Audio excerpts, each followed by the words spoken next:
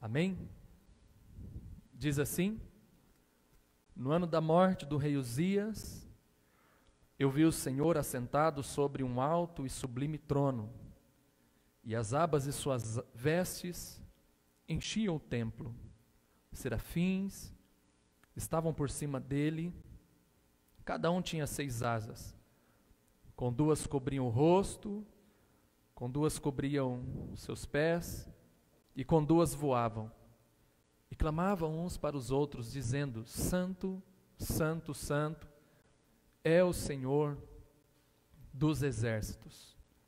Toda a terra está cheia da sua glória.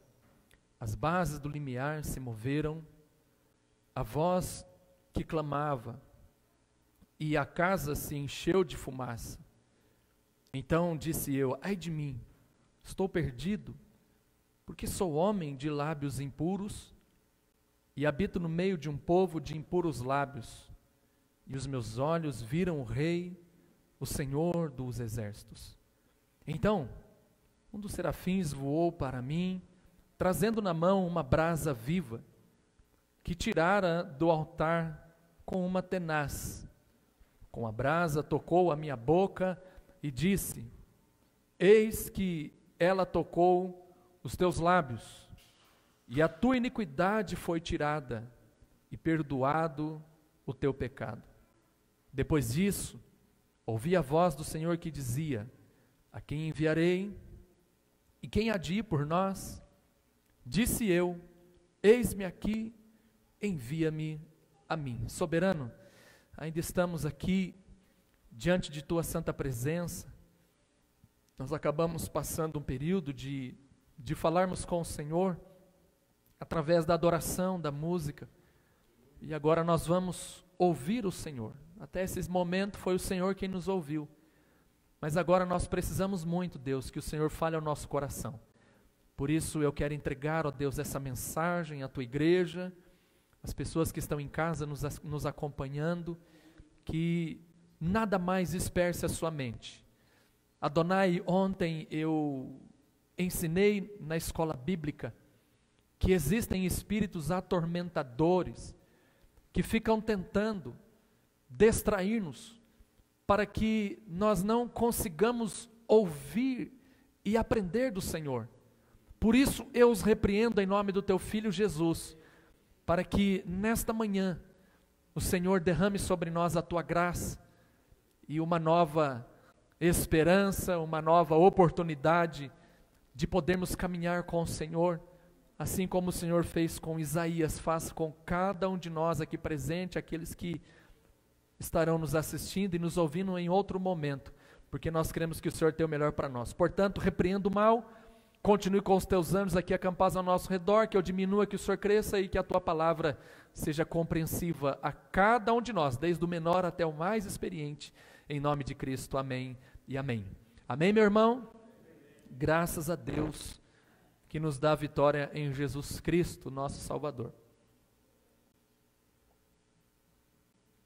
Como eu disse na abertura de nossa reunião, nesta manhã, nós estamos aí há quase 5 meses sem estarmos aqui na igreja, né? Nem me lembro quando foi a última vez que estivemos aqui ao certo, né? E durante essa ausência de estarmos aqui no culto, eu acredito que muitos de nós fomos criando expectativas de uma retomada, como seria, gradativamente ou não. Conselho, mesmo quebrando aí alguns protocolos, nos reunimos, né? Trabalhamos durante todo esse período, orando pela igreja, buscando uma saída, buscando uma direção de Deus, preocupado com o rebanho.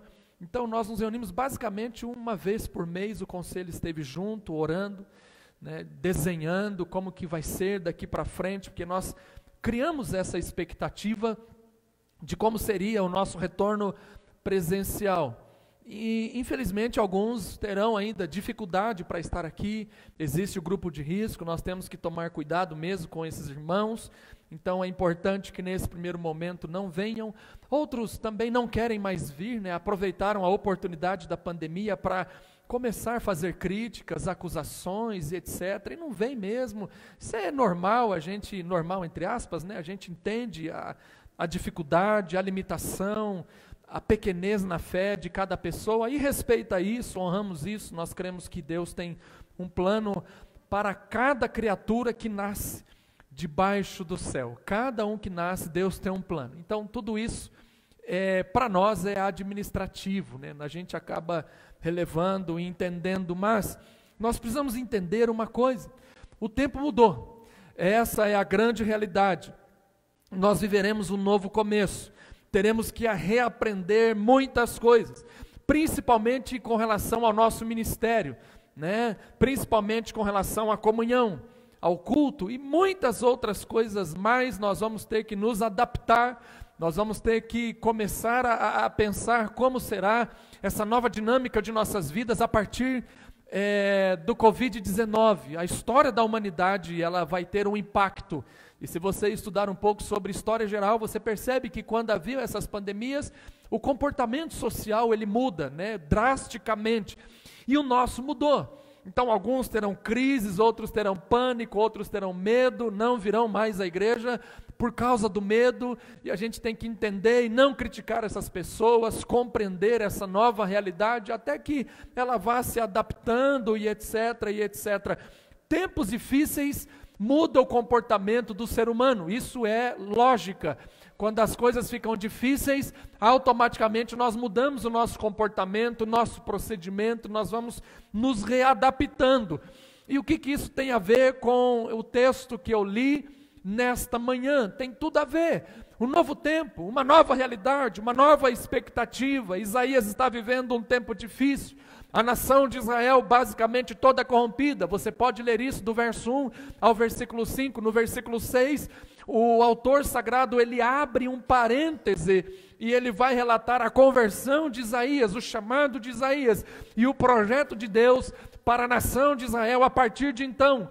Mas depois ele volta a falar sobre os males de Jerusalém, vai falar sobre a promessa do Emanuel, ele vai falar sobre a profecia contra Israel, concernente a Síria. Ele vai mostrar uma realidade difícil que o povo vai viver, uma realidade difícil que Israel já está vivendo. Então, as coisas mudaram para o povo de Deus. Viveram um tempo de avivamento? Viveram, já vou falar sobre isso. Viveram um tempo abençoado por Deus? Viveram, mas também chegou um tempo difícil. Chegou um tempo de calamidade, chegou um tempo de caos. Não estamos vivendo a mesma realidade no sentido de uma pandemia no cenário de Isaías, mas crises econômicas, sociais, emocionais, psíquicas, de várias sortes de mazelas, eles também estavam vivendo nesse período. Então, Isaías entra aqui, o capítulo 6, debaixo dessa realidade,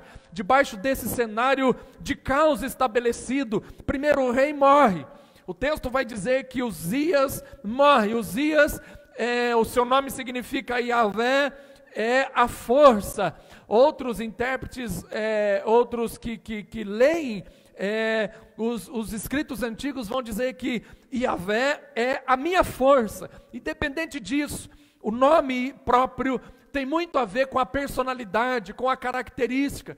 Então, quando você perde um rei, quando você perde a referência, em outras palavras, o texto ele começa dizendo, no ano da morte do rei Uzias, ou seja, no ano da morte em que eu perdi a minha força. Essa é a mensagem que Isaías começa a passar para os seus ouvintes. Eu perdi a força, eu perdi a referência, Uzias não existe mais, agora estamos dados ao rumo que a sociedade vai nos conduzir. Então essa é a mentalidade que ele vai passar quando ele começa falando essa frase, quando ele declara isso no ano da morte do rei Uzias. E uma coisa interessante é que esse Uzias, ele foi um rei bem sucedido em Judá, foi um dos melhores reis, um rei que surge debaixo de um avivamento. Mas, por outro lado, esse rei, num dado momento da sua história, ele se torna uma pessoa orgulhosa, e aí então ele vai fazer o que não era para ele fazer, ele vai colocar as mãos aonde não era para ele colocar as mãos,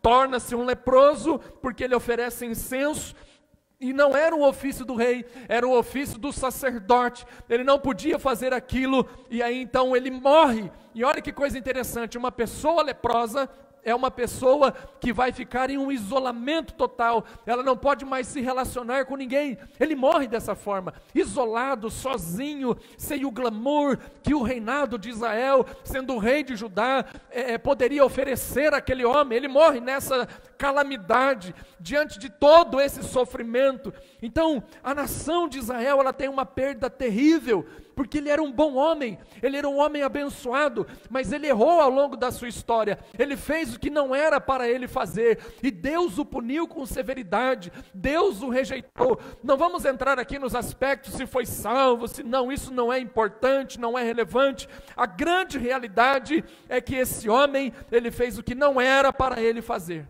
e aí então o caos estabelece, a perda do rei, por conta de uma lepra, um isolamento, os seus súditos com medo também de terem contraído a lepra. Percebe como a Bíblia ela é atual, né? O nosso presidente da República ficou contaminado pelo Covid-19, pronto, um monte de gente também se contaminou, pessoas próximas.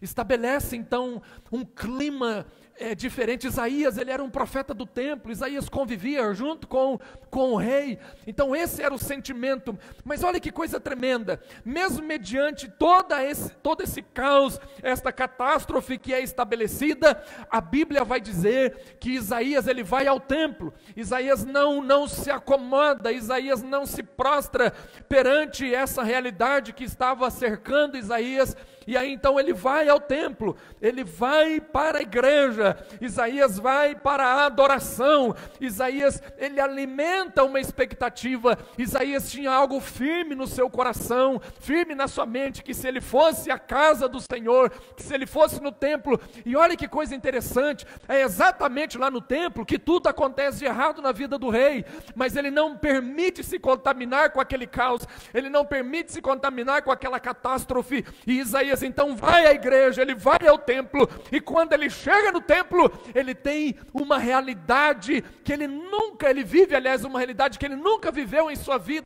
Ele vê o Senhor, ele tem uma experiência nova, ele tem uma experiência que vai mudar a sua história. Isaías, até o capítulo 6, é uma pessoa. Do capítulo 6 até o final do livro de Isaías, ele é um dos maiores profetas que a nação de Israel já teve. Ele é um dos maiores profetas que nós, como homens e mulheres de Deus, a igreja cristã estabelecida na terra, pode acompanhar. As profecias mais importantes, principais a respeito do Emanuel, a respeito do Messias, foram reveladas a Isaías, porque ele tomou uma decisão de não se abater com a realidade que estava cercando. Mas Isaías vai ao templo, Isaías vai à igreja, e quando Isaías chega ali, as coisas então começaram a acontecer, coisas novas, realidades novas cercando esta pessoa, cercando esse homem.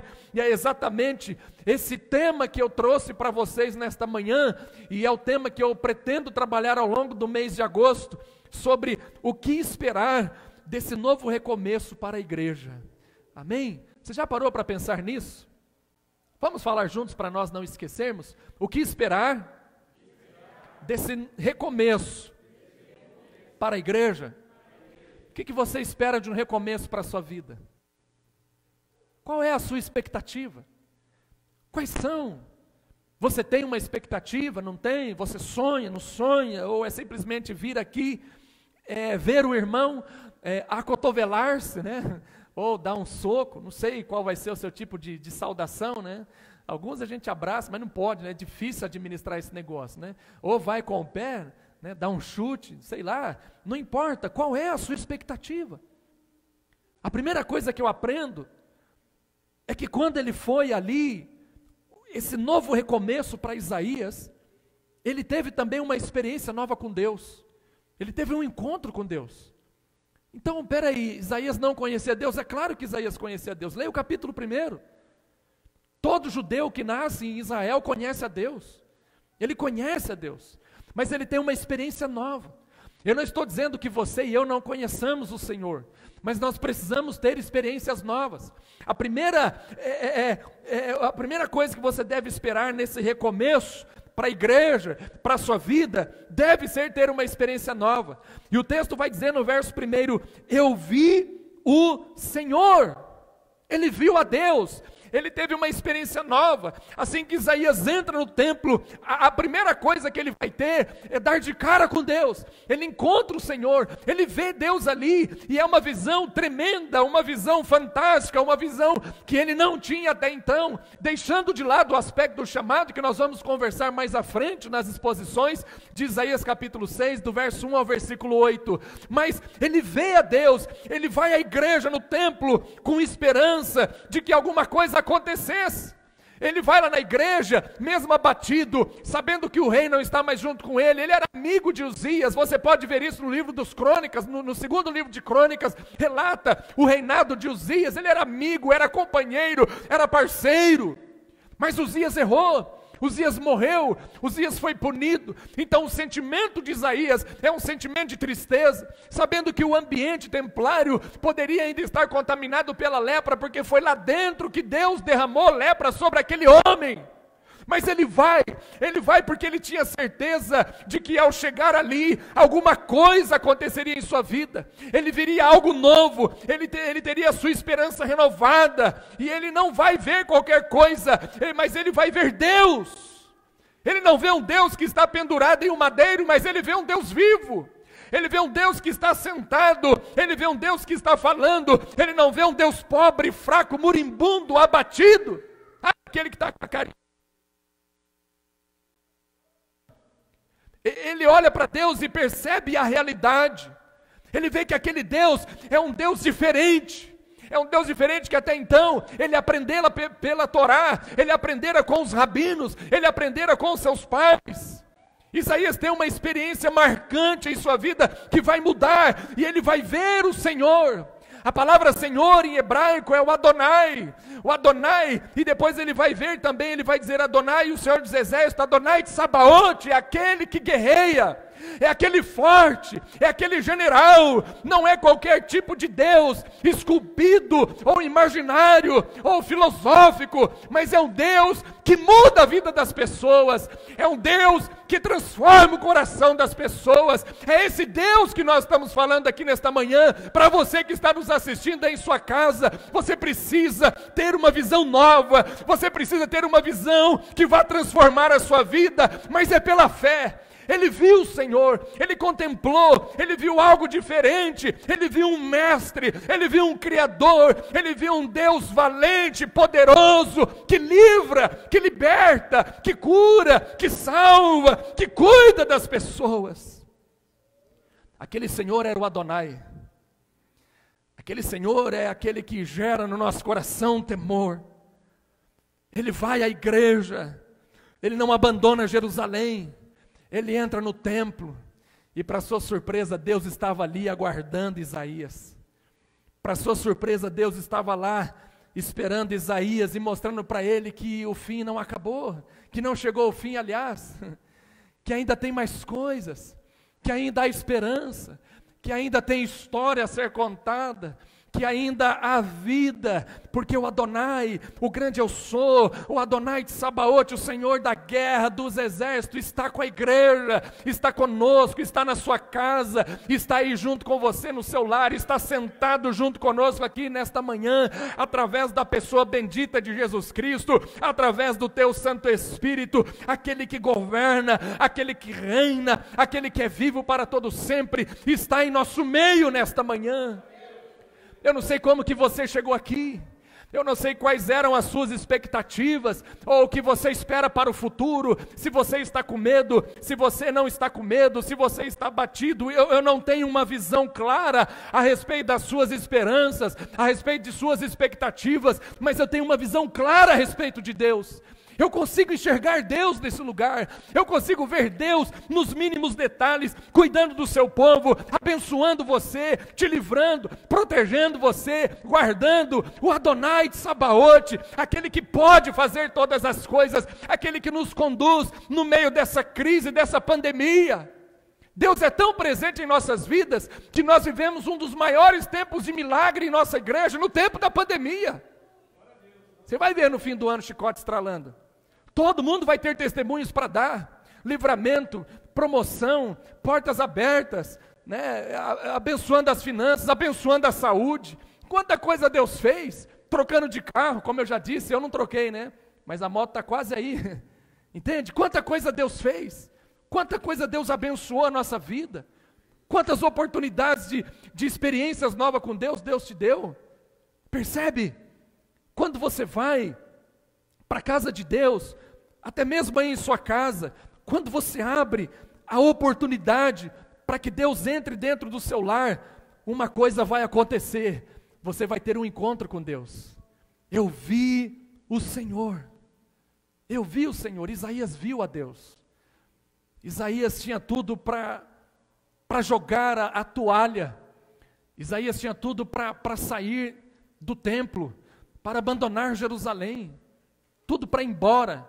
Isaías era um homem rico, um homem abençoado, um profeta próspero, uma pessoa bem-sucedida, uma pessoa que transitava livremente nos palácios do rei, e além do mais transitava livremente no templo de Jerusalém. Tinha tudo para ir embora. Meu Deus, aqui está um caos. O profeta morreu, está acontecendo lepra, a situação econômica está difícil, impostos altíssimos, e é por causa dessa realidade econômica social que eles vão para o cativeiro. Percebe? Ele poderia ter ido embora, ele poderia ter saído dali, mas Isaías, ele se comporta diferente do que o homem se comporta, o homem natural se comporta diferente. Isaías, ele vai para o templo, Isaías, ele vai para a casa de Deus. Eu sei que você não pode estar aqui na igreja nesta manhã, não é isso, não se ofenda, em nome de Jesus. Mas o fato de você abrir a sua casa através do seu smartphone, ou da sua Smart TV, seja lá como for, o fato de você fazer isso, você está permitindo que você tenha uma experiência nova com Deus. E nesta manhã Deus está te dando esta oportunidade para que você o conheça de uma forma diferente, para que você o conheça como Ele é, para que você o veja como Ele é, um Deus amoroso, um Deus que se preocupa, um Deus que abençoa, um Deus que se revela. Deus está se revelando a você. Quem sabe o seu coração ainda está endurecido, enrijecido, mas que nesta manhã a minha oração é para que o seu coração seja quebrantado diante de Deus, porque um coração quebrantado e contrito, o Senhor não despreza. Deus quer se revelar a você nesta manhã. Mas como que eu faço isso, pastor? É simples, abra o seu coração, peça para Deus que você tenha uma experiência nova. Isaías, ele foi até a casa de Deus, você está abrindo as portas para que Deus entre aí no seu lar, então você também pode, assim como Isaías, assim como nós que já entregamos a nossa vida ao Senhor, ter uma experiência com Deus. Abra o seu coração e permita que Ele invada a sua alma, permita que o Adonai, esse Deus majestático, governe a sua vida, firme os seus passos, controle as suas emoções, administre o seu comportamento, para que você seja muito mais abençoado do que você já está. Nesse tempo de crise, nesse tempo de pandemia, você precisa ter um encontro com Deus. Não adianta, meu irmão, não adianta buscar em outras fontes, não adianta correr desesperado, amalucado, pensando que você vai conseguir resolver os seus problemas. Isaías, ele vai para o lugar certo, Isaías vai para o templo. Isaías sabia de uma coisa, ele tinha convicção no seu coração, somente Adonai poderia ajudá-lo, somente Deus pode ajudar você. Não tem outro jeito, ou é Deus ou não é, somente Deus pode ajudar você. Somente Deus pode socorrer a igreja em tempos de crise. Somente Deus pode fazer alguma coisa por nós. E nós estamos aqui nesta manhã alegres. Sabe por quê? Porque nós tivemos um encontro com Deus. Nós tivemos uma experiência com Deus. Estamos vivendo uma experiência com Deus.